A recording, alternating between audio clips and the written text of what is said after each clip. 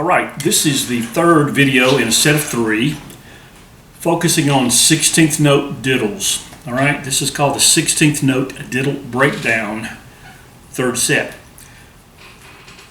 Look at the sheet and we will go through this probably a little bit slower than we did the other two. We were at a metronome marking of 120.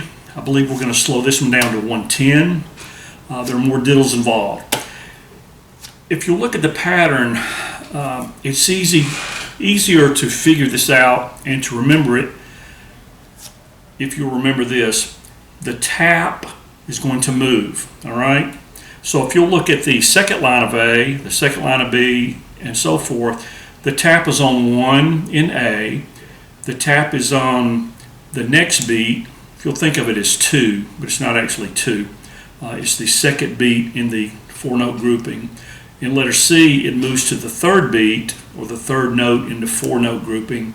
And in letter D, it moves to the fourth note of the 4-note grouping. So the tap is actually moving. So in letter A, you've got this pattern. All right.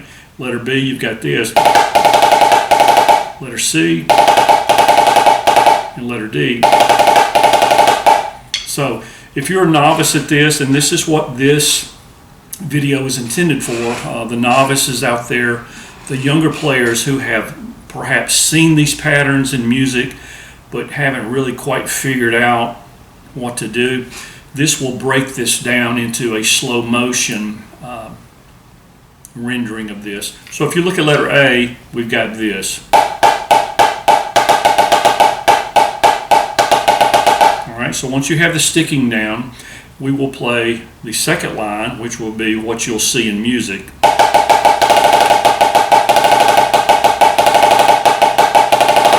Okay. Letter B, we play this. And then the second line of B is what you will see in music.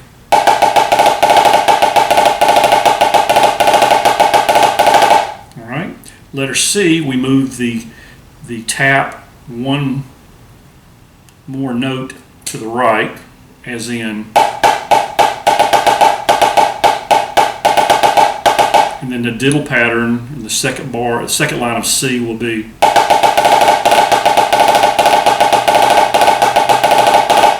all right, and then finally letter D, we put the tap on the fourth note of the 4-note grouping, as in. And then the diddle pattern is,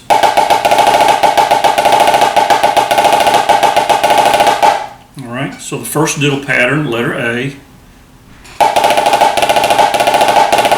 letter B, letter C,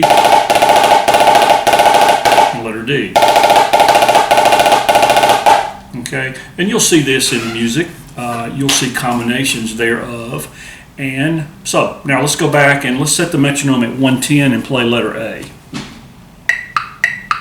Here's letter A, and.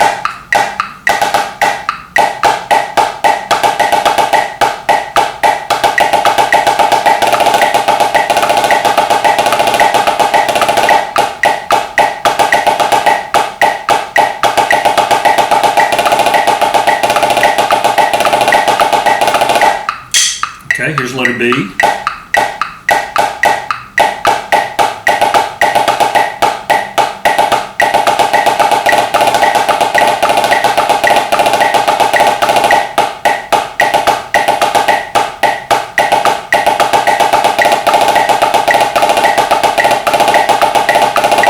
Letter C.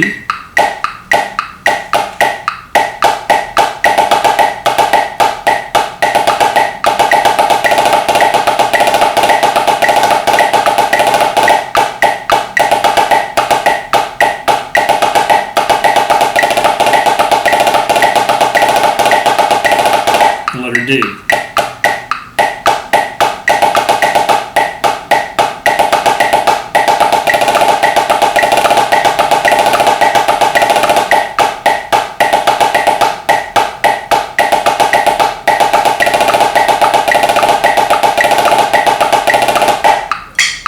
Okay, so get very familiar with not only the pattern, but the process that you're going to play these in, and make sure that you are playing everything at one height.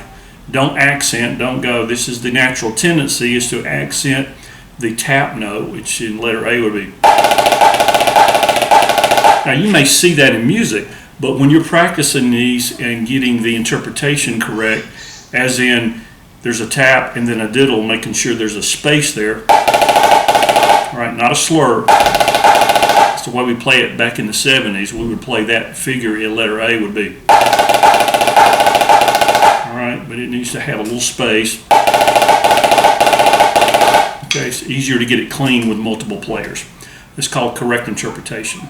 All right, so look at A, B, C, and D of the third set. Go back and by all means learn the first set and the second set. There's a progression here. Make sure you're good with the A set, the B set, and then the third set. Okay, and definitely combine these, mix and match, and write your own piece of music with the diddle breakdown, the actual diddle patterns in them. And this will help you when you see a piece of music that your band director or your private instructor gives you, or if you're just looking at a piece of music in general.